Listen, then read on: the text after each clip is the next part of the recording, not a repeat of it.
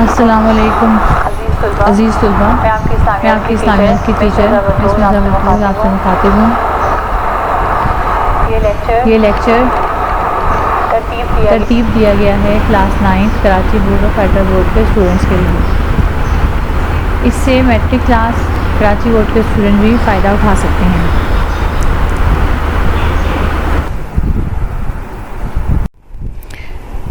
طلباء first term کا syllabus federal board اور کراچی بورڈ اسکرین پہ دیکھ سکتے ہیں۔ طلباء آپ کو ہدایت کی جاتی ہے کہ درسی کتاب کو اپنے پاس رکھیے تاکہ آپ کو سبق کو سمجھنے میں اور اس کا آگے کام کرنے میں آسانی ہو۔ آئیے سبق کی طرف چلتے ہیں۔ سبق نمبر 1، لیکچر نمبر 1، قرآن مجید کا تعارف۔ حصہ سوئم موضوعاتی مطالعہ، سبق نمبر 1، لیکچر نمبر 1، قرآن مجید کا تعارف۔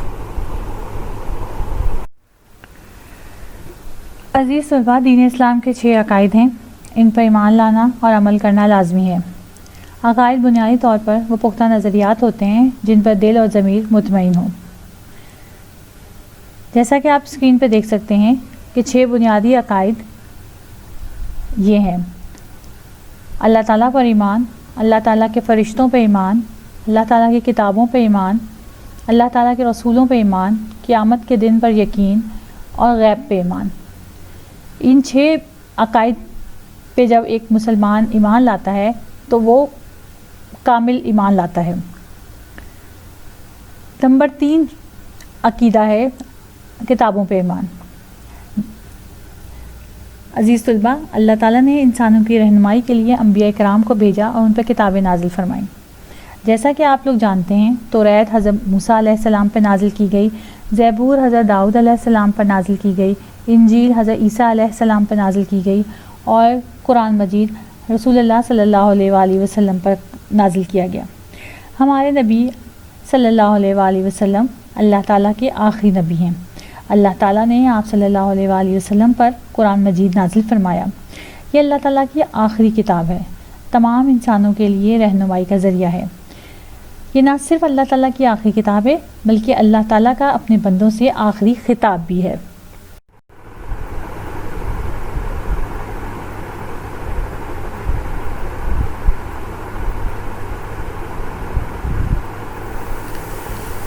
قرآن کا لفظی مطلب ہے بار بار پڑھی جانے والی کتاب۔ قرآن مجید اور باقی الہامی کتابوں میں یہی فرق ہے کہ باقی الہامی کتابیں وقت گزرنے کے ساتھ ساتھ تبدیل ہو چکی ہیں۔ یہ قرآن کا معجزہ ہے کہ قرآن مجید کو نہ ہی تبدیل کیا جا سکتا ہے اور نہ ہی وہ تبدیل ہو سکتا ہے۔ عزیز طلباء، قرآن مجید کا نزول رمضان کے مہینے میں ہوا۔ رسول اکرم صلی اللہ علیہ وآلہ وسلم اکثر غار حرا میں عبادت کے غرض سے جایا کرتے تھے۔ حضرت جبرائیل علیہ السلام رسول اللہ صلی اللہ علیہ وآلہ وسلم کو وہاں پہ انہوں نے سورہ علق کی ابتدائی 5 آیات کا تحفہ دیا۔ سورہ علق سپارہ نمبر 30 میں موجود ہے۔ عزیز طلباء، میں آپ کی یاد دہانی کے لیے سورہ علق کی ابتدائی 5 آیات کی تلاوت کرتی ہوں۔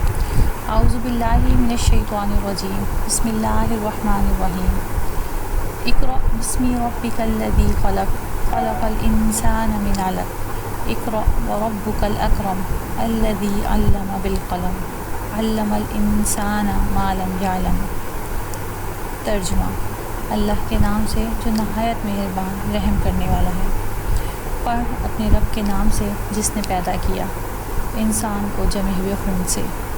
پڑھ کہ تیرا رب بڑا مہربان ہے، جس نے قلم کے ذریعے علم دیا، انسان کو وہ سکھایا جو وہ نہیں جانتا تھا۔ وحی کے بعد رسول اللہ صلی اللہ علیہ وآلہ وسلم گھر تشریف لائے اور حضرت خدیجہ کو سارا ماجرا بیان کیا۔ حضرت خدیجہ نے آپ صلی اللہ علیہ وآلہ وسلم کو تسلی دی۔ حضرت خدیجہ عورتوں میں سب سے پہلے ایمان لے کے آئیں۔ قرآن مجید میں کل 30 سپارے ہیں، کل 114 صورتیں ہیں، جن میں سے 86 مکی اور 28 مدنی صورتیں ہیں۔ قرآن مجید 23 سال کے عرصے میں تھوڑا تھوڑا نازل ہوا۔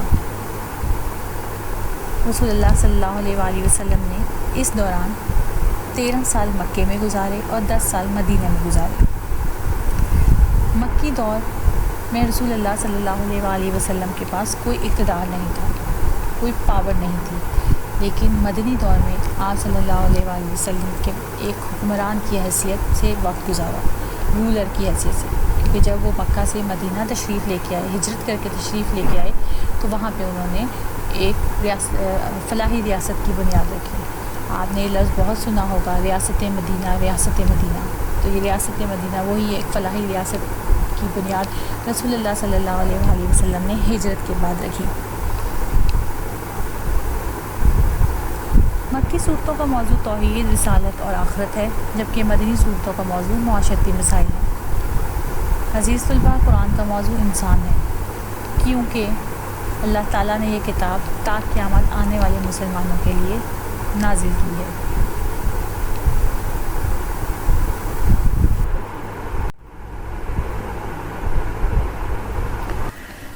قرآن کا لفظی مطلب ہے بار بار پڑھی جانے والی کتاب۔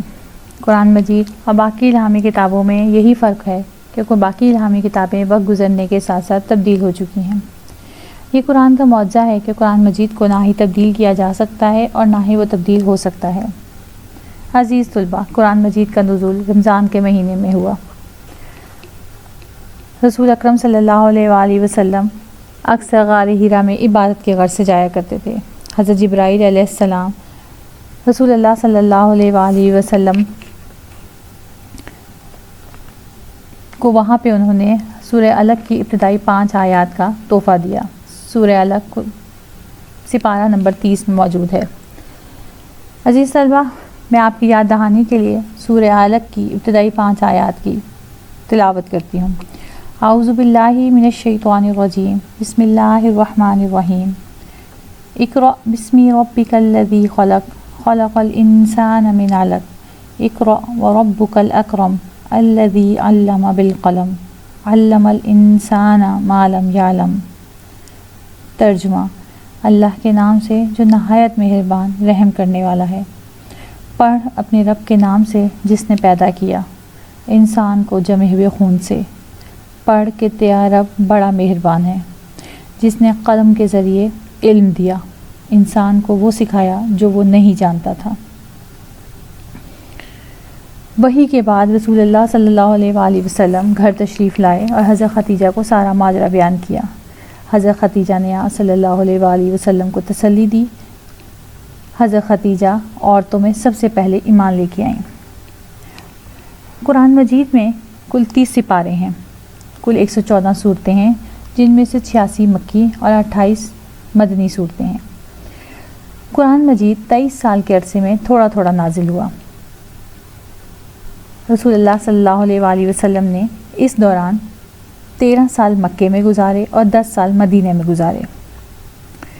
مکی دور میں رسول اللہ صلی اللہ علیہ وآلہ وسلم کے پاس کوئی اقتدار نہیں تھا، کوئی پاور نہیں تھی، لیکن مدنی دور میں آپ صلی اللہ علیہ وآلہ وسلم کے ایک حکمران کی حیثیت سے وقت گزارا، رولر کی حیثیت سے، کیونکہ جب وہ مکہ سے مدینہ تشریف لے کے آئے، ہجرت کر کے تشریف لے کے آئے، تو وہاں پہ انہوں نے ایک فلاحی ریاست کی بنیاد رکھی۔ آپ نے یہ لفظ بہت سنا ہوگا، ریاست مدینہ، ریاست مدینہ۔ تو یہ ریاست مدینہ وہی ایک فلاحی ریاست کی بنیاد رسول اللہ صلی اللہ علیہ وآلہ وسلم نے ہجرت کے بعد رکھی۔ مکی صورتوں کا موضوع توحید، رسالت اور آخرت ہے، جبکہ مدنی صورتوں کا موضوع معاشرتی مسائل ہیں۔ عزیز طلباء، قرآن کا موضوع انسان ہے، کیونکہ اللہ تعالیٰ نے یہ کتاب تا قیامت آنے والے مسلمانوں کے لیے نازل کی ہے۔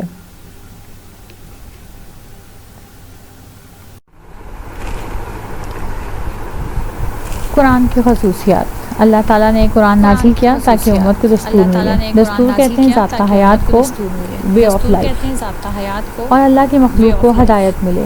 قرآن اس لیے بھی نازل ہوا کہ مسلمان اس کو پڑھیں، اس کو سمجھیں، اس پہ غور کریں اور اس کے معنی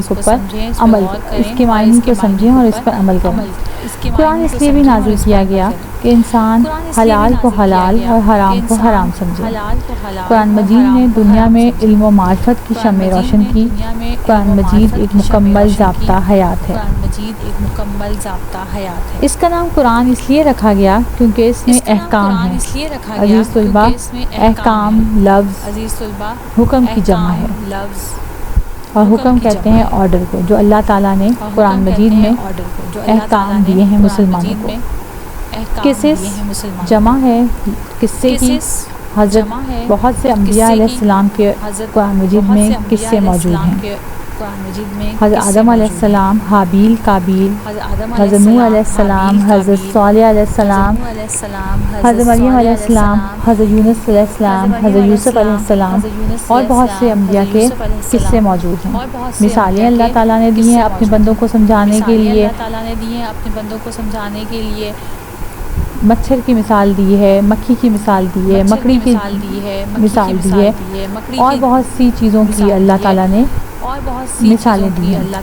فرشتوں کی بھی مثالیں دی ہیں اللہ تعالیٰ نے، اور ان کے علاوہ کئی چیزیں جمع ہیں۔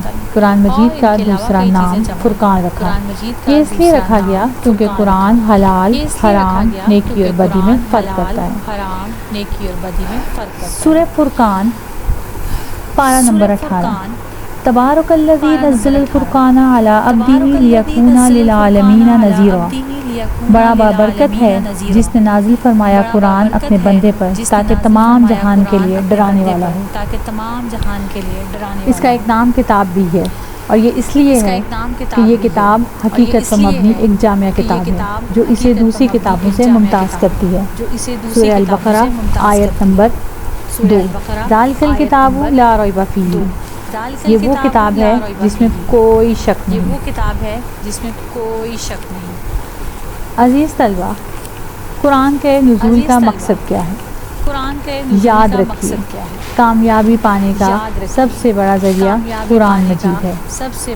یہ جہالت کے اندھیروں سے، یہ کفر کے اندھیروں سے، مایوسی کے اندھیروں سے انسان کو نکالتا ہے، اور یہی قرآن کے نازل ہونے کا مقصد ہے کہ انسان کو مایوسی سے، ناشکرے پن سے نکالے اور اس کو سیدھے راستے کی طرف لے کے جائے، اور وہ راستہ جس پہ اللہ تعالیٰ نے انعام کیا۔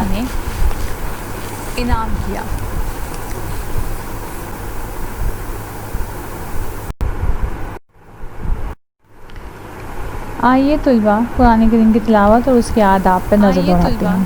اللہ تعالیٰ قرآن مجید میں ارشاد فرماتا ہے وَإِذَا قُرِئَ الْقُرْآنُ فَاسْتَمِعُوا لَهُ وَأَنصِتُوا لَعَلَّكُمْ تُرْحَمُونَ۔ سورہ الاعراف۔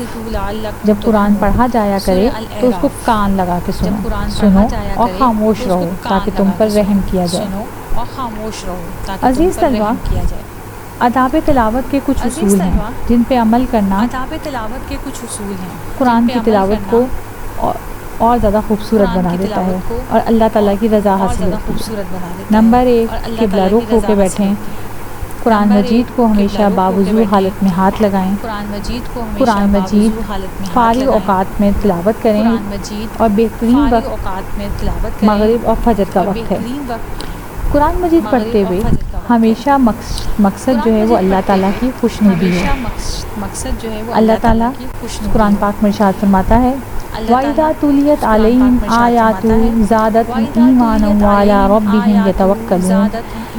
جب ان پر خدا کی آیتیں پڑھی جاتی ہیں تو وہ آیتیں ان کے ایمان کو بڑھا دیتی ہیں اور وہ اپنے رب پر بھروسہ کرتے ہیں۔ تعوذ و تسمیہ پڑھنی چاہیے۔ ابتدا میں قرآن محبت اور آہستگی سے پڑھنا چاہیے۔ قرآن پاک میں اللہ تعالیٰ ارشاد فرماتا ہے اذا ذکر اللہ وجلت قلوبہم۔ سورہ الحج۔ جب اللہ کا نام لیا جاتا ہے تو ان کے قلوب ڈر جاتے ہیں۔ قرآن مجید پڑھتے وقت ہر حرف کی ادائیگی کا حق ادا کریں، کیونکہ ہر حرف کے بدلے 10 نیکیاں ملتی ہیں، اور ہمیشہ کوشش کریں قرآن مجید تجوید کے ساتھ پڑھیں۔